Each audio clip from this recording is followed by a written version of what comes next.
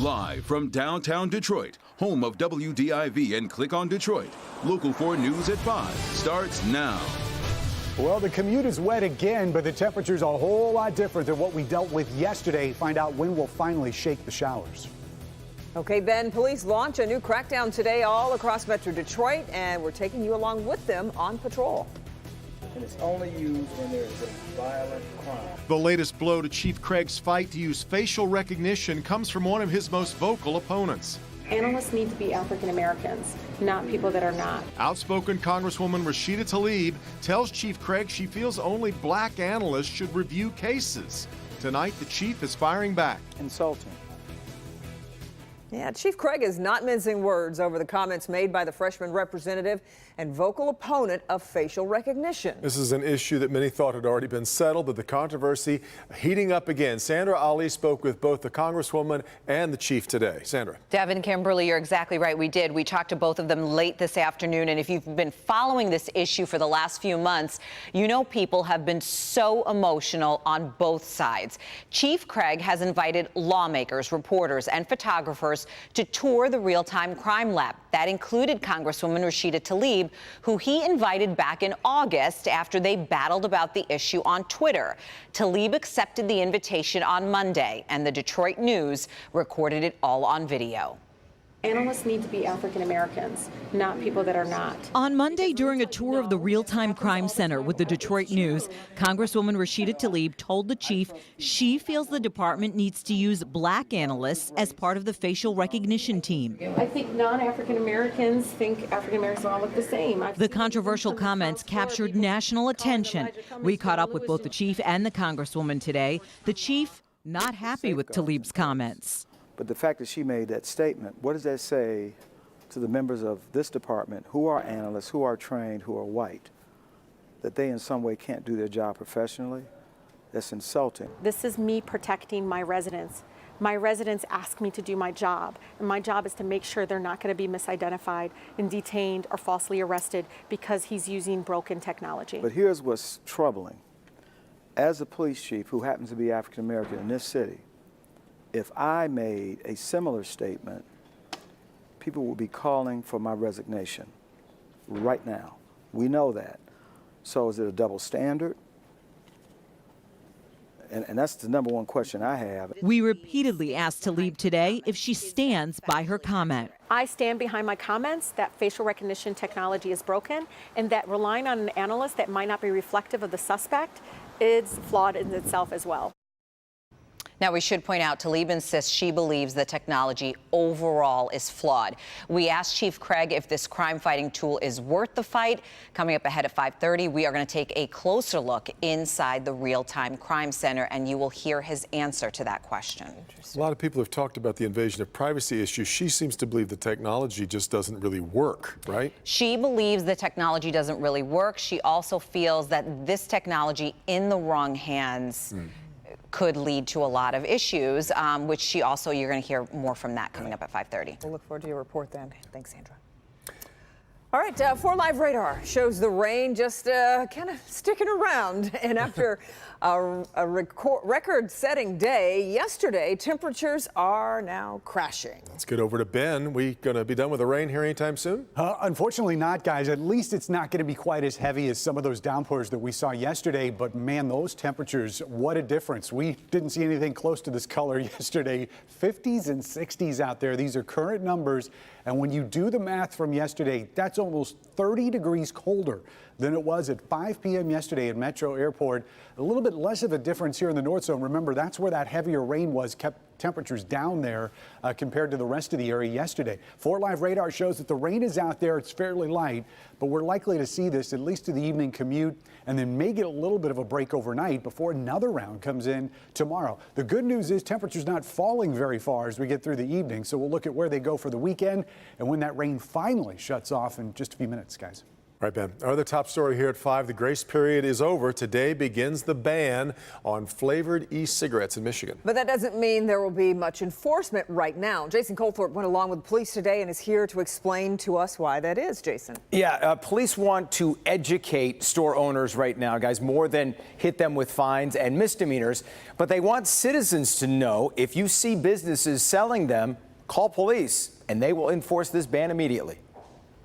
This is an important day. The Macomb County law enforcement community making it clear today, sales of flavored e-cigarettes will not be tolerated. We are getting overwhelming complaints from our high schools, from our middle schools. It is everywhere. Nearly 1/3 of Macomb County's 11th graders reported vaping in the past month, and 40% of those report vaping because it tastes good. Parents should be aware that those little pens they see in their kids' bedrooms, little things that look like USB flash drives, they don't even know what they are. Those are vaping cartridges, vaping pens. Hey, good morning, sir. Sergeant Sue Sala, Clinton Township Police Department. Police are in education mode right now, stopping at stores to make sure everyone's on the same page. There's no flavored vape things here I see at all, so everything looks like you're in compliance. And given many officers have kids themselves, they are passionate about it. Are concerned that don't want that flavored vape stuff to be involved with their children as well. So it definitely hits home for a lot of officers. If stores don't comply, they'll get hit with a misdemeanor charge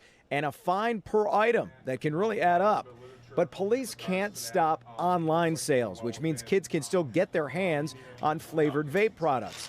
And they say that should be an alarm bell to parents. So many kids are doing this, so parents have to have a serious sit-down talk with their kids and say, hey, I know you can get it. I know you can get it. It's everywhere.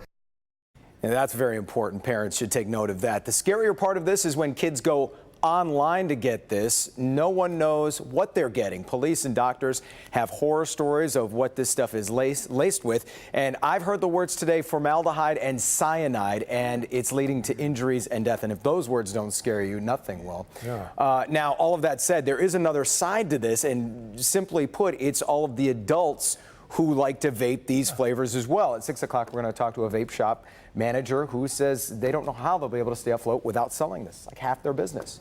We heard from quite a few of them when it was first announced, Yeah, saying, look, it's not upset. just kids that want this. Yeah. Exactly. All right, Jason.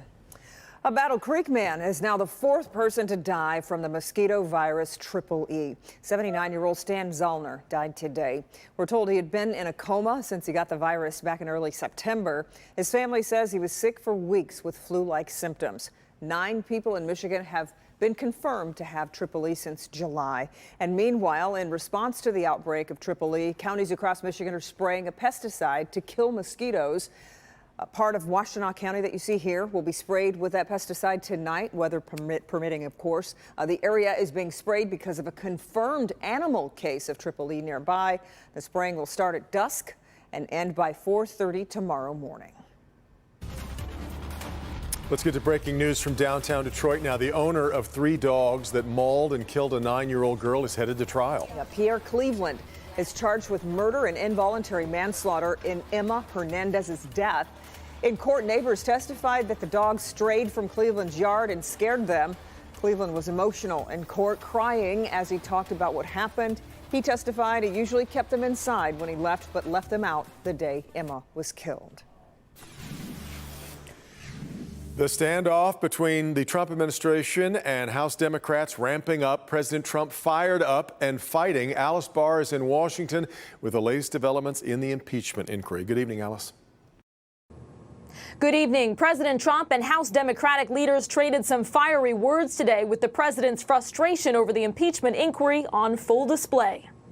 With the impeachment inquiry against him gaining momentum, President Trump is lashing out. The whole thing is a scam. Again, raising questions about whether he would honor the whistleblowers' legal protections. I have a lot of respect for whistleblowers, but only when they're real. The president tweeted an expletive to describe the investigation and hurled insults at Democratic lawmakers leading it, including House Intelligence Chairman Adam Schiff. He should be forced to resign from Congress. Adam Schiff, he's a lowlife. This after Chairman Schiff and House Speaker Nancy Pelosi laid out an aggressive schedule to get to the facts.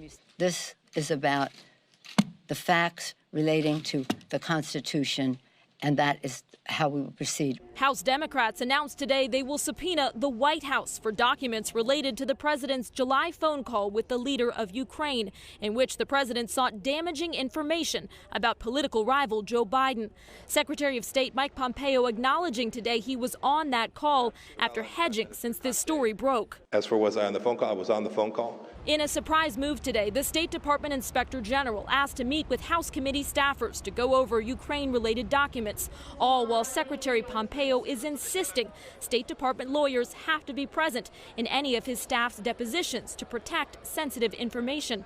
Democrats are accusing Pompeo of trying to influence testimony. We're not fooling around here. Democratic leaders warning any administration interference will be considered obstruction and evidence that the underlying accusations are true.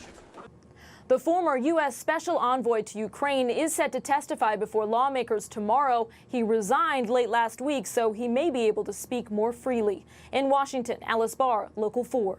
We're watching that. Let's take a quick look at what's happening in the 2020 campaign, because all presidential campaign stops for Bernie Sanders have been canceled until further notice after a serious medical procedure. The Vermont senator reportedly experienced chest pain Tuesday night, went to the hospital where doctors found there was indeed a blockage in his artery. Doctors installed 2 stents and a temporary support device. A statement from the campaign says Sanders is talking and in good spirits. The fourth quarter of the fiscal year is off to a rough start on Wall Street, with the market sliding for a second day in a row here. The Dow slid nearly 500 points, with the Nasdaq and S&P 500 also reporting losses. Experts attributing the market losses to a variety of factors ranging from the trade war to recession fears. Day 17 on the picket line, and right now seems to be no end in sight to the strike. New here at 5, why some experts say the UAW strike on GM could keep dragging on for days to come. Also, this Michigan police chief off the job, facing serious charges over something he's accused of doing on a trip to a Detroit Tigers game. Sean?